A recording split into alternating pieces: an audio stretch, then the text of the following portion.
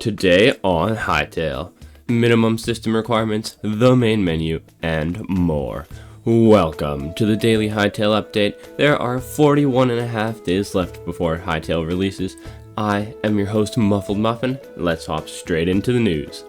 Simon started off the day by pointing out that the Hytale Early Access release date Twitter post has accumulated 7.3 million views already, jokingly saying, "Game is not good yet, please don't go viral yet," and further joking that when he says the game is not good, the community and the media both say it's a marketing strategy, which technically it is, but especially the community sometimes says he's just downplaying the game's current state to lower expectations, which obviously raises our expectations, which is against Simon's goal.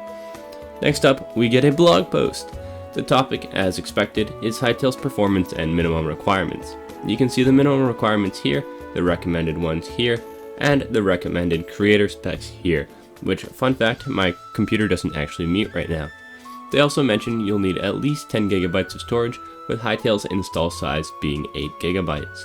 Notably, the requirements for playing on a multiplayer server are much lower, as you only have to run half of the game, so players with low-end systems may be able to use server hosting to increase their performance.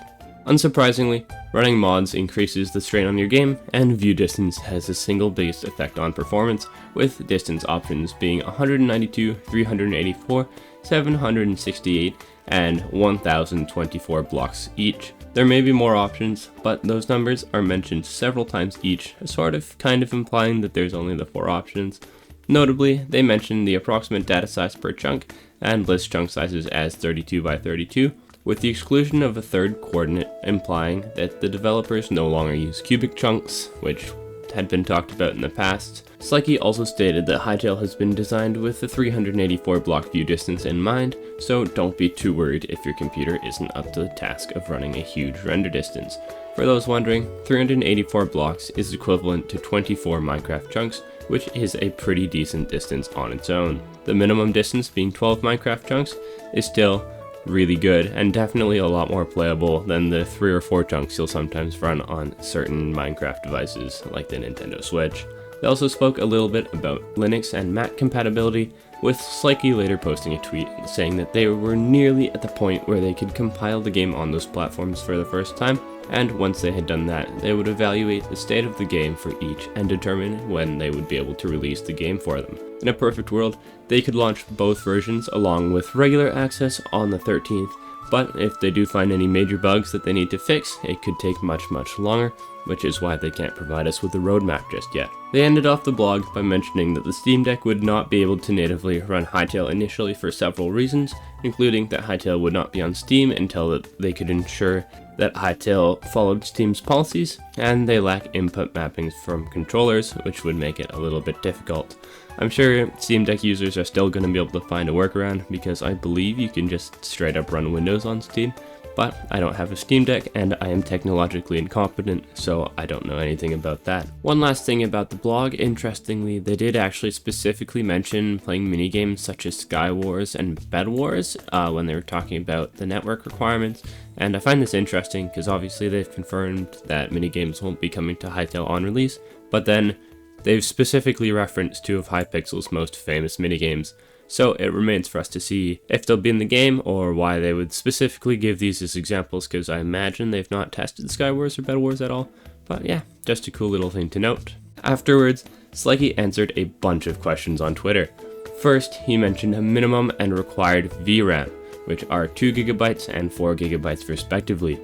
The reason they are fairly low compared to other games is because typically voxel games like Hytale and like Minecraft are a lot more CPU intensive than GPU intensive compared to other games, and you can even run Hytale on integrated graphics, which is great for getting the game out to people who want to play it on their school or work laptops. Slikey says he will probably be fine using a modern HDD for storage, but it isn't recommended by the team compared to an SSD for stability reasons. Again, I don't know much about tech, so I don't really understand this, but I would say take their word for it and use an SSD if you can. Hytale will use your computer specs to guess at what default view distance it should have, but it'll never set a default above 384 blocks.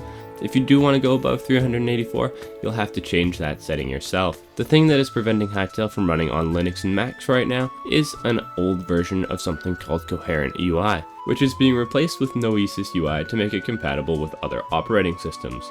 Slikey also says that they haven't put any effort into testing Proton to make the games work on Linux without having to change the code.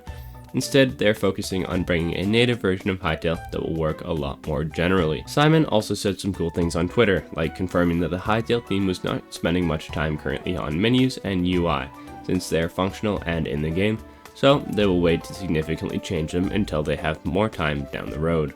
Currently, the menu looks like this, with a rotating selection of background images. We also saw this world selection screen, which interestingly features a minigames tab up in the top bar, as well as a lot of the expected things, and a servers list too, which we had thought that server list wasn't necessarily going to be in Hytale right away, so that's interesting.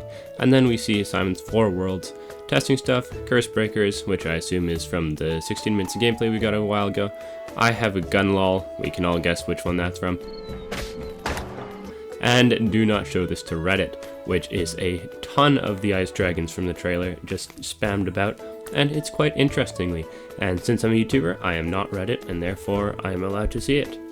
He also said that they'd be announcing benefits for the more expensive versions of Hytale this week, so if you're planning on getting the Founders Edition or the Cursebreaker Edition, keep an eye out for that announcement. Of course, I'll cover it on this channel within a day or two of the announcement, so subscribe if you want to hear about that without having to go onto the cesspool that is Twitter. Finally, he mentioned that there are currently next to no pet functions, but eventually they will be added to Hytale. I'm sure anyone who really wants pet functionalities will be able to mod more pet features in, because at the end of the day, Hytale is a modders game. I do wonder if modders will be able to increase the view distance, as that's mostly handled on the game client, which is closed to modding. I really hope that they can, because that'll allow some optimization that the Hytale team might not do on their own, especially early on, to be made, and hopefully dramatically increase render distances for scenic photos and the like, but we'll have to see if that's possible once the game comes out. That's all the news from today, which, considering there was a blog post, there wasn't very much news, and until next time, stay hypey.